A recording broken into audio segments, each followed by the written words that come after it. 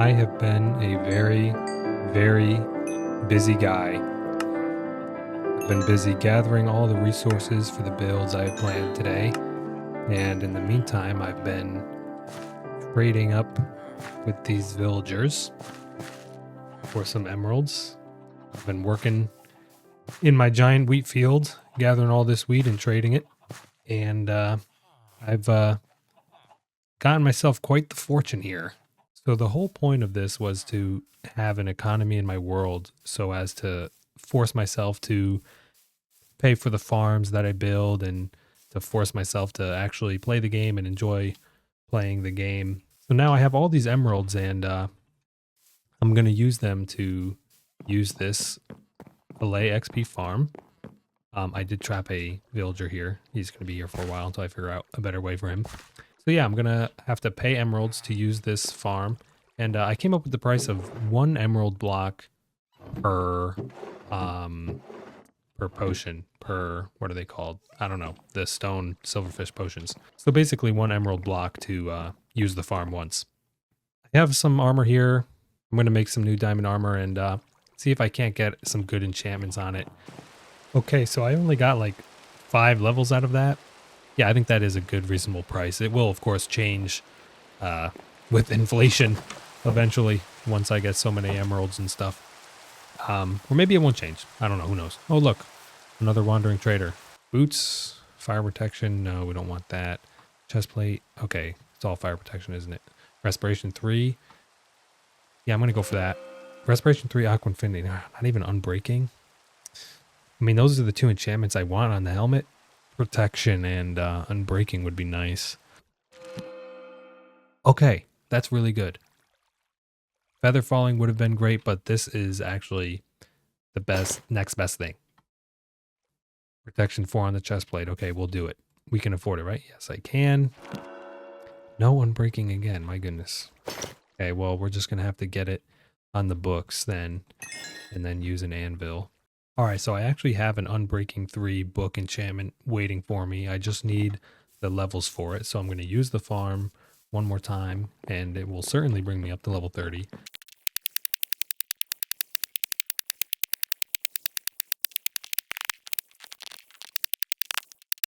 Okay, that only took me to level 28, which I'm very confused about. I think it's because I'm only using a 3-minute potion. Even that, I don't remember if I lengthened the potion the first time, because the first time I used this farm, I went from like level 31 to like 39 or something. It was crazy. I remember thinking it was so broken. I don't know, maybe there's not enough allays in there. Maybe I need to breed them up or something. Okay, so I thought of potential problems of this farm. For one, I checked under there and there were less allays than I remember having, so I just spent some time breeding them back up a bit. And then I thought maybe the problem was I was killing them with this sword, this diamond sword with, well, not, okay, there's no sharpness, but it was a diamond sword. I thought maybe I was killing them. I looked it up on the wiki and they can't take damage if they're holding something. So I think I just need to go down in here and give them stuff to hold so they don't die. All right, so finally all the allays are in place. I've given them items, or at least most of them items, so hopefully they can't die. And I'm going to use this sword. It's a weaker sword. It's a gold sword with mending that I found in some dungeon or temple somewhere when I was probably exploring, finding these stinking allays. We're going to try this 1 more emerald block, all to get Unbreaking on my stinking helmet. Yeah, you got to love it.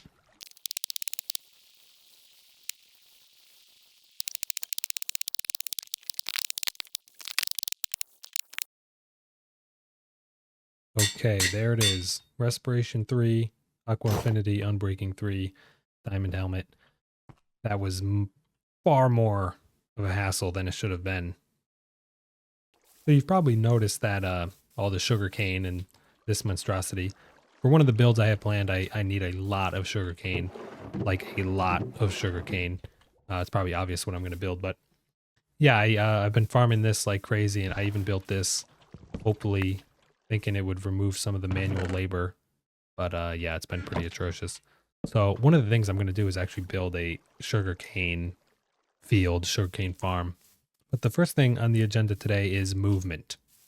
All right, movement. I've been running back and forth between all my things. You know, I got the boat over there, the farmhouse over there, the village over here, and it's a lot of land. It's a lot of space. I've just been running back and forth, and it's getting ridiculous. So I need to handle my movement now. And normally when I play this game, I rush to get everything. You know, I rush to the end, I kill the Ender Dragon, I get the Enderman XP farm so I can get the Elytra, get the mending, the unbreaking. I just rush through everything to get the best movement, to get the best tools and armor. But this time around, I'm really trying to just slow things down and enjoy playing the game, you know, and actually playing the game, actually enjoying all the features that this game has to offer. So what I'm going to do, what this build is a donkey pen, because I'm going to breed not horses, but donkeys, because I want the extra storage space that they can have, because I think that'll be really good for building and just, you know, it'll be nice to have extra storage. So yeah, I'm going to build a donkey pen right here. I flattened out all this land. Can they jump on their own? Can they do this? Okay, we'll revisit you when we're all done. Yeah, I flattened out all this land, and I have just a small little build planned. It's going to serve its purpose. I just need to hold the donkeys and start breeding them up because I'm tired of running back and forth. I mean, it just, everything is so far apart and I'm tired of running and jumping around. I need something faster. So it's going to be a grind to breed up all the donkeys, but I think it's going to be worth it. So I'm going to get started on this build and I'll catch up with you.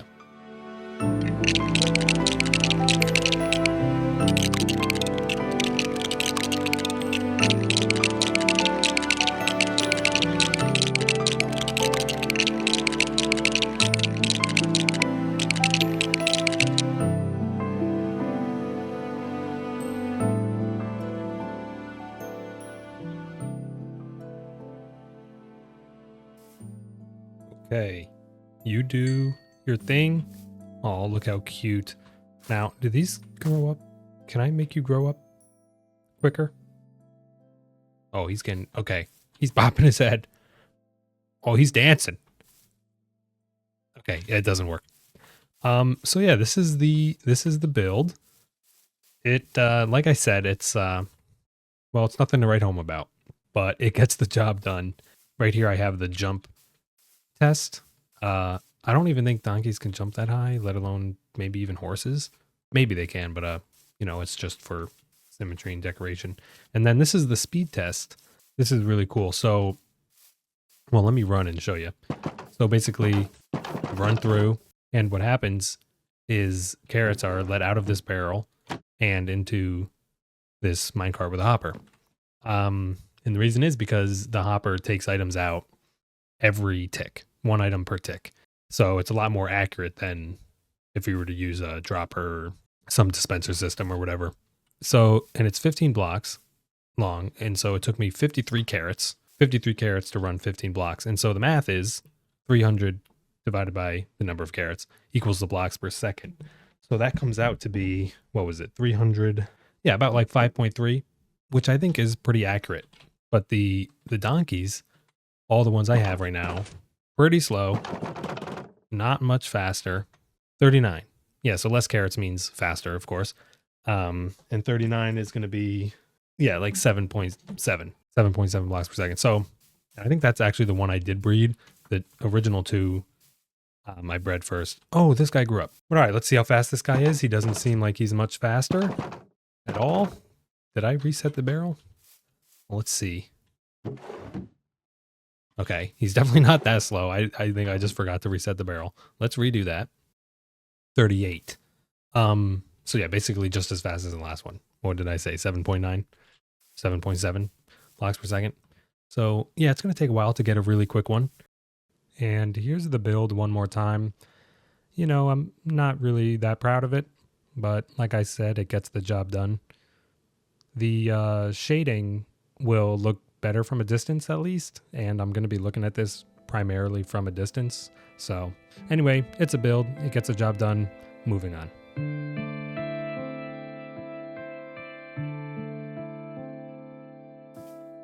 All right, so like I had said earlier, I think I said earlier, for the build I have planned, the next build, I need a lot of sugarcane. I need a lot of paper. So I've been farming it like crazy. I set up this automatic farm and it has not been good. So I think this is a good excuse to build a big sugarcane farm or field, whatever, because I need one. I'm thinking I'm going to plant 3 stacks of sugarcane. That'll certainly be enough. And I think I'm going to build it over by the wheat farm. I did deliberate about where to put it, the sugarcane field, for a while, and then I just settled on right here around the wheat farm. I think that'll be good. And so I think I'm going to kind of wrap it around this wheat farm, and it'll look like a giant field of sugarcane because that's what it is. And yeah, I think it's going to look really nice and kind of fill out this area that I didn't really know what to do with anyways. And I didn't really want to leave it as grass either. So, all right, I'm going to get started on that, and I'll catch up with you.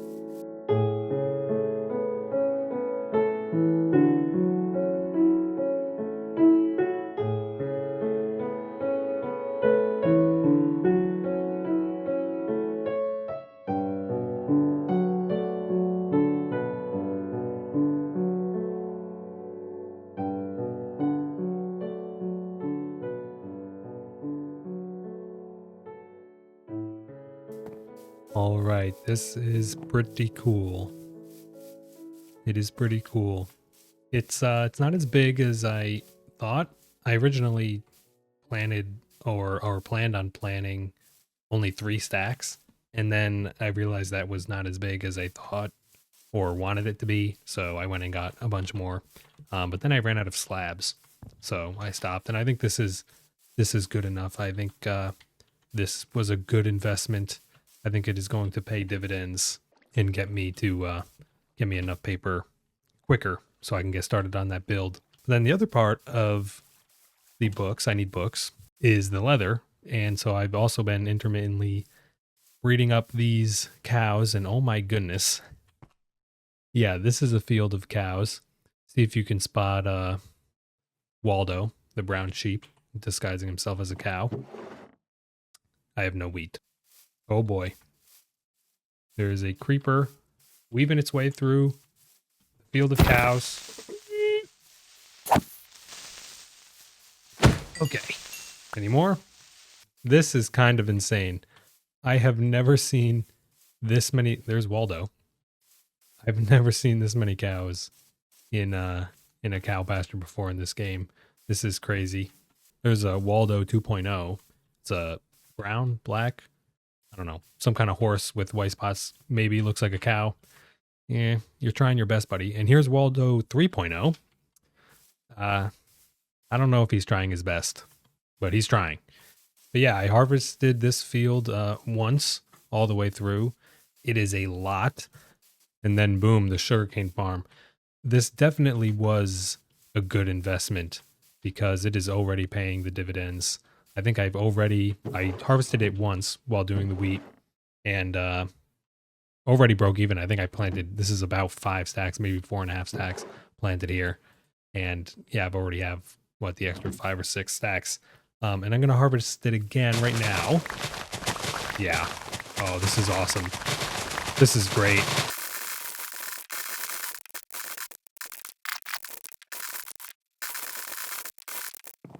You know, I think every once in a while you need to just punch through a bunch of sugarcane or, you know, just farm a big field of wheat in this game.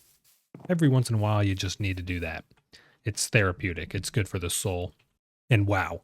Yeah, I knew I planted a lot of sugarcane, so I knew this was going to yield a lot of sugarcane, but I did not think it was going to be this efficient. My goodness. So I have been breeding up these donkeys for quite some time, a long time now, and slowly increasing their speed. And so I think I'm up to 12.5, roughly 12.5, 24 carrots. And I breeded them up and got this guy, and he's a slowpoke. This guy is 27 carrots, super slow. So I'm going to test something out. I brewed up a potion because rumor has it that if you affect the donkeys with swiftness and breed them up while they have the fitness, the offspring will retain the boosted speed stat. That is the word on the street, at least. That is the rumor. So I'm going to try it out. I think these two are ready to breed. Okay. And then I have the hay bales to make the little one grow up super fast because no one wants to wait around for all this. All right. All right. The moment of truth. Oh, he does seem fast. This seems fast. I don't know if he has... Well, he definitely doesn't have swiftness because he wasn't born when I threw the potion. So let's try this out. Oh my god, yeah, this is definitely the fastest donkey I've ever had. Hopefully he's max speed. Man, that was quick. Let's see. 20, only 24? No, wait, I'm doing that again. 24. Yeah, okay, so he's 12.5. Man, where'd he go? He disappeared. He's that fast. Yeah, I don't know if that swiftness thing works. Yeah, I am just about ready. I almost have enough resources. I almost have enough resources for the next build. But there's one thing I wanted to just talk about real quick before I do. So if you watch BOO, you probably know that he really treats his builds like an art. He's really an artist. He's a great builder, obviously. And his builds are, he treats them like an art, like a painting. And in his builds, he implements this idea of using lines within the composition to direct the attention of the viewer's eyes.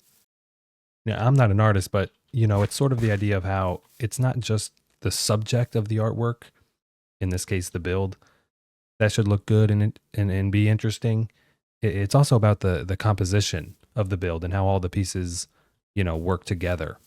I'm totally yapping. I don't know what I'm talking about at all. But if you watch Nerd Writer, YouTube video essayist, been around for quite a while, makes great videos. If you watch Nerd Writer's videos, you also know what I'm talking about because he talks about paintings a lot in his videos. And if you're an artist, you'll know what I'm talking about because this has to do with art. So anyways, as this pertains to Minecraft, like I said with B-dubs, it's nice to implement this concept of lines and directing the viewer's eyes. Let me turn up my render distance. Yeah, so in Minecraft, it's one thing to implement this concept in a singular build, but it's another to do it for an entire village or an entire city and an entire series of builds. Doing that would be quite difficult because, well, this is a three-dimensional world and you have 360 degrees or angles at which you can view a build from. For instance, I can view this build from here, or here, or here, or here, or here. And, I think you get the point. You can view a build from, any one of these. I said 360 degrees or angles, which is sort of true if you do a circle around the build, but there's technically, I guess, what would it be? An infinite amount? Because you can, I don't know what I'm talking about. I'm yapping about geometry now too. The point is you can view builds from so many points because it's a three-dimensional world. So I think it would be virtually impossible then to try to implement these compositional features and concepts that I was just talking about into an entire village or into an entire city, into the entire village that I'm planning to build here. For instance, if I'm walking around this farmhouse property, if I stop right here, this frame that I'm looking at, how am I using the lines or any compositional techniques to, make the piece of art, the painting or the frame that I'm looking at better? Well, I'm not doing anything because I didn't think about it when I was doing this build. But if I were to think about it, this frame, I could think about it and I could apply these things and maybe it would look good.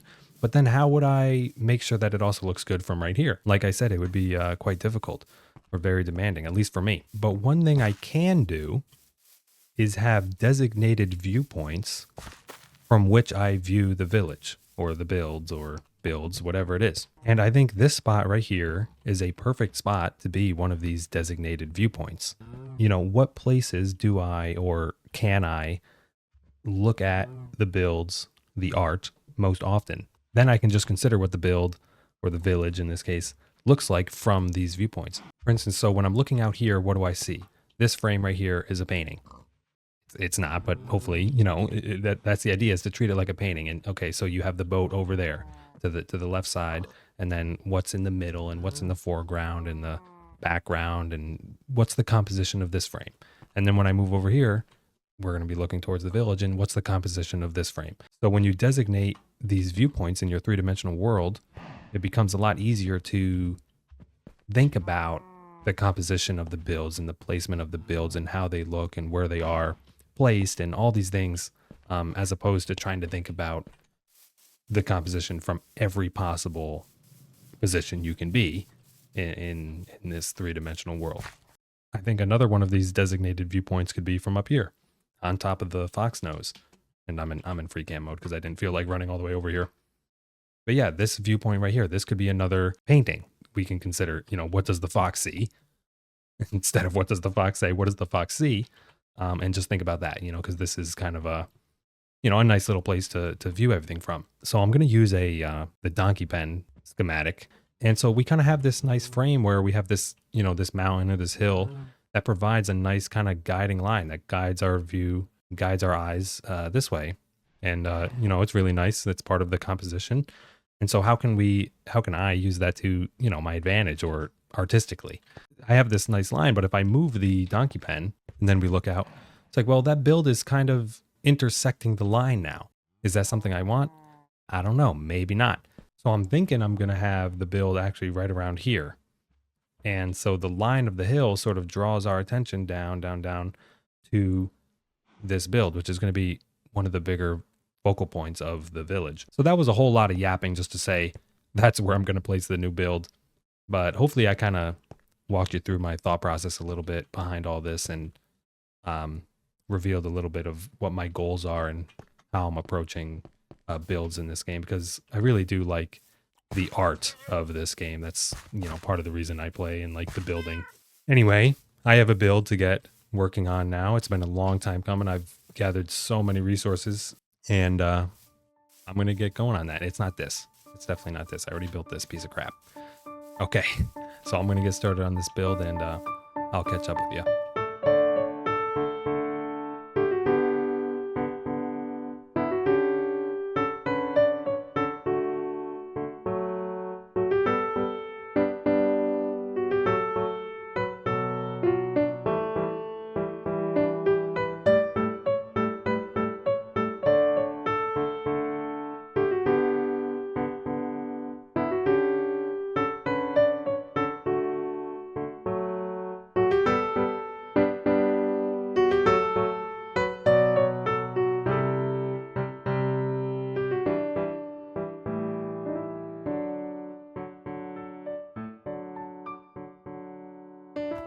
Well, I officially got what I think is the fastest donkey I can get, roughly 14 blocks per second, and now I can just get around super quick.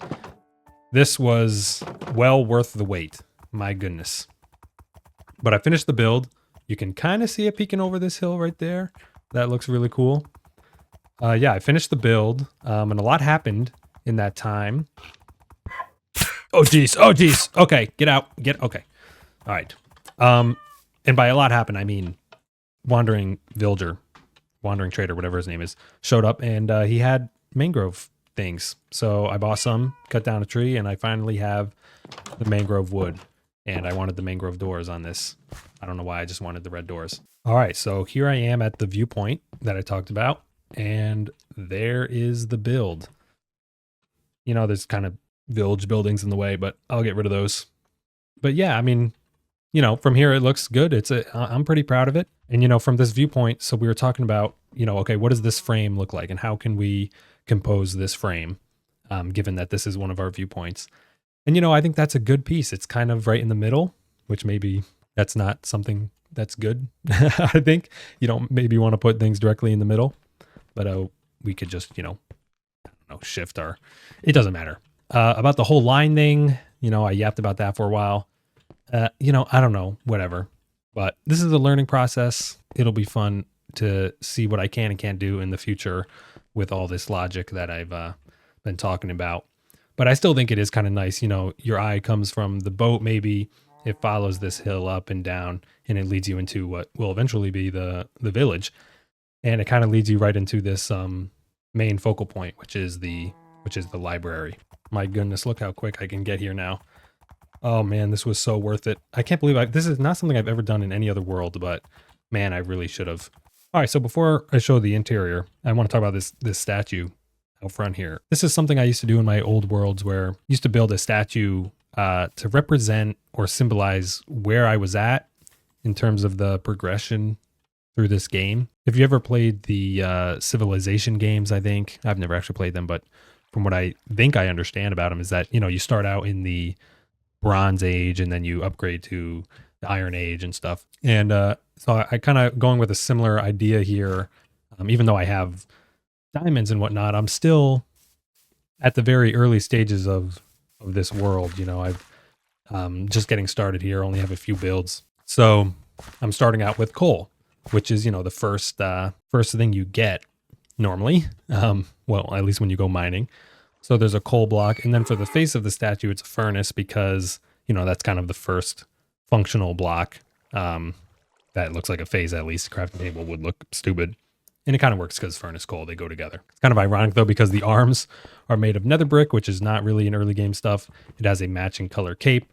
And then the weapon that it holds is very early game as well. It's just a wooden, it's supposed to be like a spear. But yeah, you know, I think these statues are cool because they sort of symbolize or represent where I'm at in the game, where I'm at progression-wise. And I am still in the coal era, if you will. And so eventually I'll make an iron statue and then maybe a gold statue and a diamond statue. And each time the face will change into a better block. You know, maybe next is a blast furnace or something. And then the weapon will also get cooler and better. And so I think that's a cool thing that I'll be doing throughout this world just to symbolize, you know, where I was at when I was building this area. You know, this was the first area I built, so it's the whole era. So anyways, I thought that was cool. Now let me show you the interior. Voila. Interior library. I was really going for something kind of magical and whimsical, or at least on the border of magical and whimsical. So I have a bunch of layers, a bunch of floors that are kind of, you know, going through one another and whatnot. So when you look up, it's really interesting. I did the best I could with the space in here. And then I just a bunch of bookshelves. And one of the reasons I decided to build a library was because I have the XP farm right there. And so I need the enchantment table. So here's the enchantment setup. Everything you need is right here. Then there's this first layer here and just random decorations everywhere. Armor stands and random chests and lecterns, of course. And then over here, I thought, you know, this library could also serve as sort of a museum for the world. And so I have here what I think is my first, or what remains of my first iron armor set. It was just the boots and the chest. I think this was the first iron armor set I had. And then it, you know, it's very cramped. We come up to another layer and yeah, the view from up here is pretty cool. And then this is the top floor. Again, just crammed with bookshelves and lecterns, candles. I didn't really know what to do with this area. I just kind of filled the walls with paintings. And then again, going off that museum idea, I have one. This isn't the first, but, or maybe it is, but who knows? Doesn't matter. Just one of these, what are they called? Illager raid flags to indicate, yeah, we've killed those guys once. And then we have this wrapping staircase that brings us back down. Nice flower pots and lanterns along the way. Had an empty wall, didn't know what to do, so paintings. And then I also, you'll notice paintings on paintings. But they really do make a good decoration when you just kind of scatter them around. And I think for the library, it actually kind of works. It's really cool. I especially like this area right here. I thought this was really cool. And then there's one more room, which I'll show you. And you've probably heard the allays. But yeah, the original inspiration for this build actually was because I needed somewhere to house my allays. You know, I had them for the XP farm. I was storing a few in one of those houses. But I needed a room or a building to store my allays, and I didn't know what to do. So I thought maybe a library could be a cool idea. And if I made it, you know, magical and whimsical, like I was saying earlier, it would be a good fit for the allays. And so I have in here the allay room. And there's one. I think there's two. Yeah, there it is. The second allay. But yeah, so I have them kind of floating around this room, and I think it's really cool. And this guy's holding a book. How cute is that? And one thing I thought was cool was in this room, I have on decoration every stage of the amethyst shards. This one I think is medium. There's the full block right there. Of course, in an item frame, there's the shard. There's the big one right there. I think maybe that's medium. I don't know. And then the small one right here. But yeah, this is definitely one of my favorite interiors that I've ever done. I think it's so cool. It's got a lot of life to it, a lot of character to it. But anyway, that is the library. Here it is from the back with the farmhouse in the distance. Our fox statue. So our colonial settlement here is coming along. We're getting some infrastructure. We're getting economy. The things that need to be going are going. But anyway, I think I'm going to call it there. I lost my lead. No, I did not. Yeah, I think I'm going to call it there. So if you tuned in, thanks for tuning in. Be good and have a great rest of your day.